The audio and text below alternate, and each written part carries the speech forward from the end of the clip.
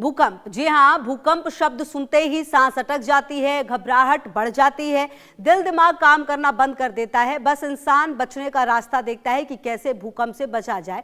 और ऐसा ही कुछ आज सुबह भारत में भी हुआ, जब हरियाणा के सोनीपत और लद्दाख के लेह में भूकंप आया और लोग दहशत से भर गए। भूकंप आते ही लोग बदहवास सो गए। लेह में झटके जोरदार थे तो सोनीपत में हल्के झटकों से भारत की धरती हिली। लेकिन सवाल यह है कि आखिर बार बार भूकंप आ क्यों रहे हैं? क्या ये भूकंप से पहले के संकेत है? आखिर इन भूकंपों के आने की वजह क्या है? पहले ग्राफिक्स के जरिए आपको समझाएंगे और समझाएंगे कि लेह और सोनीपत में भूकंप की तीव्रता क्या थी, भूकंप क्यों आते हैं, और फिर एक्सपर्ट्स को भी सुनाएंगे जो इन भूकंप पर अपनी बात रखेंगे। जी हाँ, लगातार भूकंप के बाद जो स्थितियां हैं वो बदलती हुई नजर आई। हालांकि देखिए, रिक्टर स्केल पर अगर तीव्रता कम होती है तो बहुत ज्यादा घबराने की बात नहीं होती, लेकिन कहीं ना कहीं भूकंप के झटके लगातार लोगों को परेशान करते हुए नजर आए हैं। और ऐसे में भूकंप से कैसे भारत की धरती डोली है ये भी हम आपको बताएंगे कि कहां-कहां पर भूकंप के झटके महसूस किए गए, इन भूकंप के झटकों के मायने क्या है। क्योंकि पिछले कुछ समय से लगातार आपको याद होगा गुजरात में भी भूकंप आया था, हरियाणा में भी भूकंप आया था, और जहां कहीं ना कहीं आपको बता दें कि भूकंप जो है ये आपको बता दें कि कैसे समझिए कि आता है, ये भी आपको समझना होगा। लेकिन सबसे पहले अगर आप ये बात जानिए कि कहीं ना कहीं जो भूकंप है उसकी तीव्रता बहुत ज़्यादा इंपॉर्टेंट होती है। जी हाँ, लेह में जो भूकंप के झटके हैं वो भी महसूस किए गए। अगर आप भारत की बात करें तो लेह में भूकंप के झटके महसूस किए गए। रिक्टर स्केल पर आपको बता दें 5.7 तीव्रता रही। आज सुबह 11:51 के लगभग ये झटके महसूस किए गए। भूकंप की गहराई 171 किलोमीटर थी। भूकंप के झटकों से नुकसान की कोई खबर सामने नहीं आई है। वहीं सोनीपत की अगर आप बात करें तो यहां पर जो तीव्रता थी भूकंप की रिक्टर स्केल पर 2.8 मापी गई। हालांकि ये तीव्रता कम है। आज सुबह 8 बजे के करीब यहां पर भूकंप आया। भूकंप का मुख्य केंद्र नॉर्थ दिल्ली था और भूकंप से यहां पर भी किसी के हताहत होने की खबर नहीं सामने आई है। वहीं आपको बता दें कि आखिर भूकंप बार बार भारत की धरती को क्यों हिला रहे हैं, इसके पीछे वजह क्या है, आज सिस्मोलॉजिस्ट से जानते और समझते हैं। सुनिए। आज हिमालय, नॉर्थ वेस्ट हिमालय में 2 भूकंप आए हैं। एक तो लेह में, लद्दाख में 11:51 पे भूकंप आया है जिसका मैग्नीट्यूड 5.7 था और एक शैलो फोकस अर्थक्वेक है। हालांकि लेह लद्दाख में भूकंप कम आते हैं हिमालय के संदर्भ में, लेकिन फिर भी एक्टिविटी रहती है और ये उसी तरह से भूकंप आने का है जिसको हम इंडिया और एशिया के कोलिजन टेक्टोनिक से जोड़ते हैं। इसी तरह एक हरियाणा में भी भूकंप आया है जो एक माइक्रो अर्थक्वेक है, 2.8 मैग्नीट्यूड और 3 मैग्नीट्यूड अर्थक्वेक, जो एक बहुत ही छोटा अर्थक्वेक है, लेकिन फिर भी थोड़ा ये महसूस हुआ है।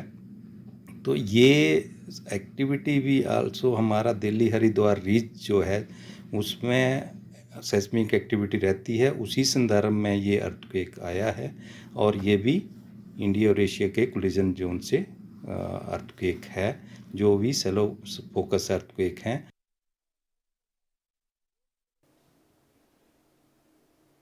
तो देखिए, भूकंप जिस तरीके से आया है, हालांकि तीव्रता कम जरूर रही है, लेकिन अब आपको भूकंप जो है वो कैसे आता है और किस तरीके से इसकी जो तीव्रता रहती है वो अब आपको दिखाने की कोशिश करते हैं। क्या होता है रिक्टर स्केल, देखिए जिस पर तीव्रता मापी जाती है वो अब आप समझिए क्या ये होता है जो आपको हम दिखाने वाले। भूकंप की तीव्रता मापता है रिक्टर स्केल, आपको बता दें इसे परिणाम पैमाना भी कहा जाता है, परिमाण पैमाना भी इसे कहा जाता है। और ऊर्जा को 1 से 10 की सीमा में मापता है, मतलब कि रिक्टर स्केल पर तीव्रता जो है 1 से लेकर 10 तक होती है। 4 के बाद आप ये मानकर चलिए कि बहुत ज्यादा हानिकारक होने लगता है मामला, धीरे धीरे खतरनाक हो जाता है। कुछ अगर 1-2 तक रहती है रिक्टर स्केल पर जो पैमाना है वो अगर आता है तो बहुत ज्यादा पता भी नहीं चलता कई बार ऐसे भूकंप, लेकिन अगर 4 के बाद है तो फिर धीरे धीरे जो चीजें हैं वो बदलने लगती है। 4, 5, 6 के बाद बहुत ज्यादा भयानक होने लगता है, 7, 8 और ये काफी ज्यादा खतरनाक हो जाता है अगर इस तरह की सीमा रहती है तो रिक्टर स्केल वो पैमाना है जिस पर आप मापते हैं, मतलब कि आपको ये पता चलता है कि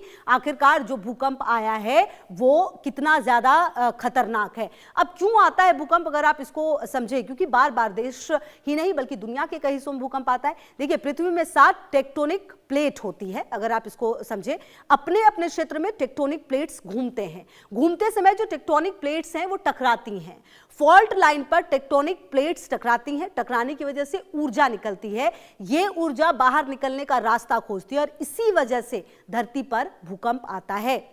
मतलब ये जो कारण है भूकंप आने का वो समझिए आप कि जिस तरह से ये प्लेट्स है, अगर ये प्लेट्स एक दूसरे से टकराएंगी तो कुल मिलाकर जो ऊर्जा होगी उसे निकलने का रास्ता चाहिए, और इसी वजह से जो बार बार भूकंप है वो आता है। और कई देशों की तो भौगोलिक परिस्थिति ही ऐसी होती है जिस वजह से उन्हें काफ़ी ज़्यादा भूकंप जो है वो देखना पड़ता है, खास करके जापान जैसे जो देश है और भी कई ऐसे देश जहाँ पर काफ़ी ज़्यादा भूकंप के झटके लगातार और बार बार आते हैं।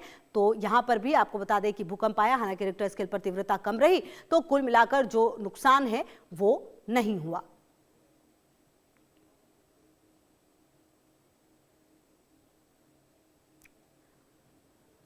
तो आपको बता दें कि साल के शुरुआत से ही अगर आप इस साल की बात करें तो लगातार देश के अलग अलग हिस्सों में भूकंप के जो झटके हैं वो महसूस किए जा रहे हैं, लेकिन कुल मिलाकर देखिए राहत की बात यह है कि भूकंप के झटके उतने तेज़ नहीं हैं जो रिक्टर स्केल पर जो तय किया जा रहा है कि क्या तीव्रता रही, वो तीव्रता बहुत ज़्यादा नहीं है, इसीलिए जो नुकसान है वो उस तरीके का नहीं हुआ है। और वरना अगर आप देखें तो देश में भी कभी ऐसे भूकंप आए हैं जिसने कि काफ़ी ज़्यादा परेशान किया है, जिसने काफ़ी ज़्यादा नुकसान किया है, चाहे आप गुजरात की बात कर लें तो और भी कई बार ऐसे भूकंप के झटके जो है वो महसूस किए गए हैं। और यहाँ पर भी आपको बता दें कि भूकंप के झटके आए ज़रूर आज देश के दो अलग अलग जगहों पर, लेह में और हरियाणा में, लेकिन कहीं भी नुकसान कुछ भी नहीं हुआ है।